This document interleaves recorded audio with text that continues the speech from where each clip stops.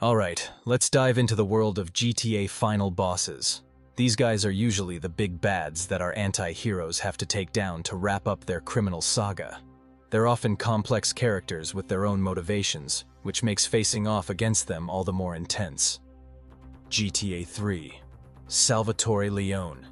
Salvatore Leone is this old-school mafia don who starts off as your boss, but ends up being the final hurdle. What's interesting about Salvatore is that he represents the old guard of organized crime. He's paranoid, ruthless, and stuck in his ways. Your character, Claude, is just a tool to him, and when he thinks Claude knows too much, he tries to have him whacked. The beef between Salvatore and Claude is pretty straightforward. It's business, not personal. Salvatore sees Claude as a loose end that needs tying up, while Claude is just trying to survive and climb the criminal ladder. What I find fascinating about this confrontation is how it sets the tone for future GTA games. It's not just about taking down a bad guy. It's about navigating a world where loyalty is fleeting and everyone's out for themselves.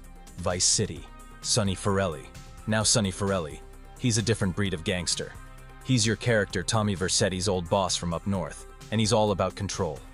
Sonny sends Tommy to Vice City to expand the family business, but Tommy starts building his own empire instead. This doesn't sit well with Sonny, who expects a cut of everything. The conflict between Sonny and Tommy is more personal than the one in GTA 3. These guys have history, and there's bad blood between them. Sonny's been holding Tommy back for years, and Tommy's finally gotten a taste of real power. Their final confrontation feels like it's been brewing the whole game. What I love about this setup is how it plays into the whole 80s crime drama vibe of Vice City. It's like something out of Scarface or Goodfellas, the young upstart versus the old boss. The final shootout in Tommy's mansion is pure 80s action movie gold. GTA San Andreas. San Andreas ups the ante by giving us 2 final bosses, and man, are they doozies.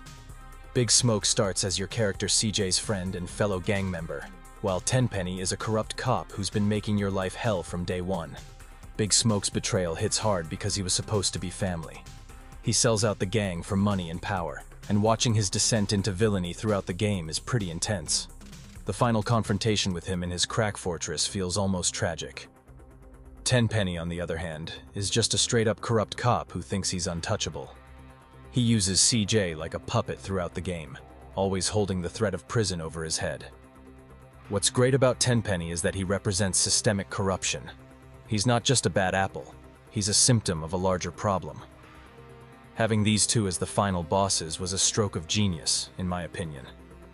They represent different kinds of betrayal, personal and systemic.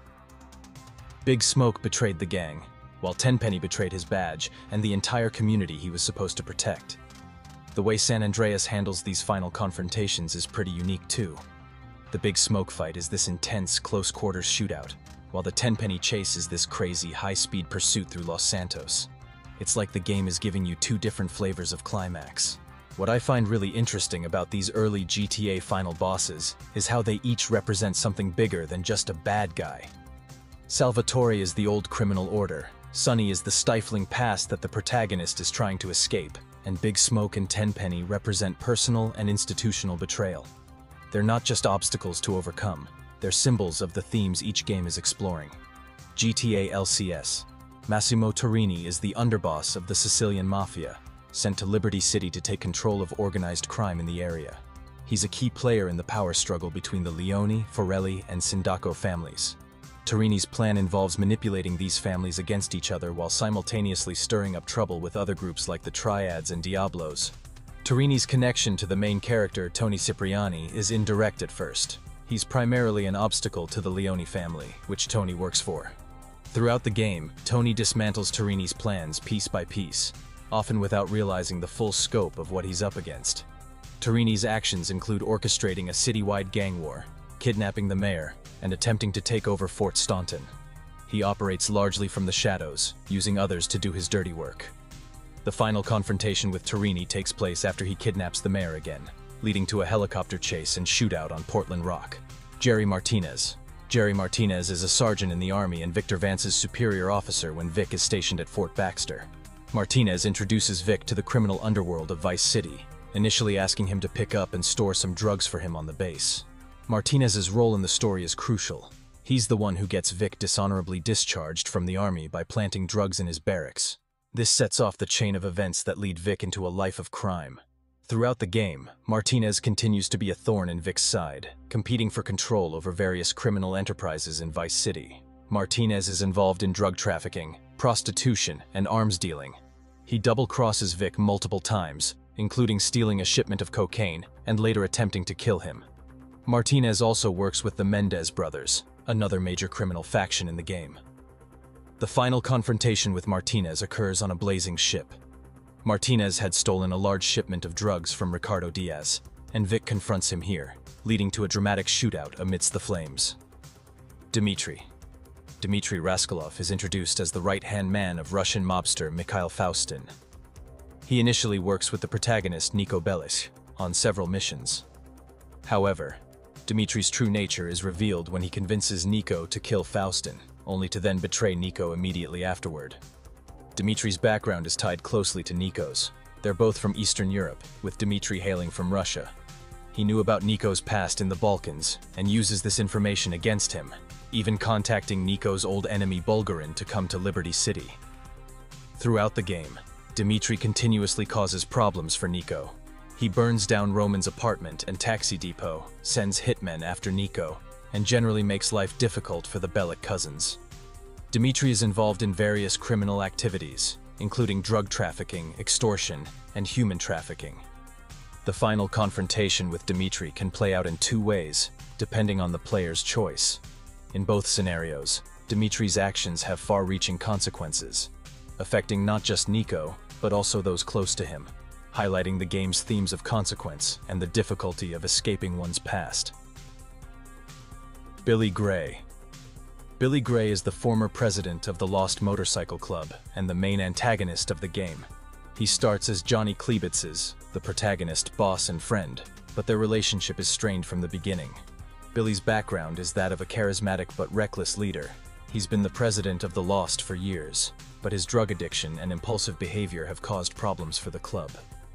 When the game starts, Billy is just getting out of court-ordered rehab, with Johnny having led the club in his absence. Throughout the story, Billy's actions escalate tensions between the Lost and their rivals, the Angels of Death. He orders the theft of a heroin shipment, igniting a gang war. Billy's erratic behavior and poor decisions continue to put the Lost in danger, causing a rift within the club. The conflict comes to a head when Billy is arrested and agrees to testify against the Lost to save himself. This betrayal leads to the final confrontation, where Johnny and other Lost members storm the prison where Billy is being held. The mission ends with a tense face-off between Johnny and Billy, culminating in Billy's death. Ray Bulgarian. Ray Bulgarian is a Russian mobster and one of the main antagonists in the game. He has a history with Niko Bellic from Grand Theft Auto 4. Bulgarian's connection to the protagonist, Luis Lopez, begins when Luis and his boss, gay Tony Prince, get involved in a diamond deal that Bulgarian claims ownership of. This sets off a chain of events that puts Luis in Bulgarian's crosshairs. Throughout the game, Bulgarian proves to be a ruthless and ambitious criminal. He's involved in various illegal activities, including human trafficking, drug dealing, and extortion. Bulgarian's reach extends beyond the criminal underworld. He has connections with corrupt Noose, Liberty City's SWAT officers, and even tries to fix the outcome of a hockey game. Weston. Devin Weston is a billionaire businessman and one of the main antagonists of GTA 5. Unlike previous GTA final bosses, Weston represents a different kind of villain, the corrupt face of legitimate business. Weston's interactions with the three protagonists, Michael, Franklin, and Trevor, are complex.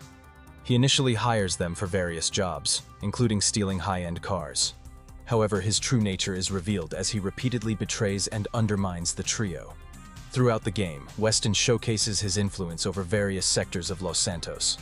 He has connections in the movie industry, owns shares in Merryweather, a private military company, and has several corrupt government officials on his payroll. Weston's conflict with the protagonists escalates when he refuses to pay them for their work and later sends Merryweather mercenaries after them. The final confrontation with Weston only occurs if the player chooses the Death Wish option at the end of the game. In this scenario, Franklin, Michael, and Trevor work together to eliminate all their enemies, including Weston. The mission culminates in kidnapping Weston from his heavily guarded estate and driving him to a secluded cliff where the trio confront him one last time before killing him.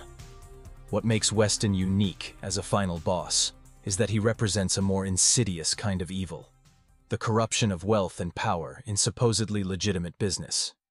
His defeat serves as a commentary on the thin line between criminal activities and corrupt business practices in the world of GTA. We are done. Which GTA final boss is your personal favorite? I would love to know that. Also subscribe to the channel if you're our true GTA or gaming fan and want to see more videos like this. See you soon again.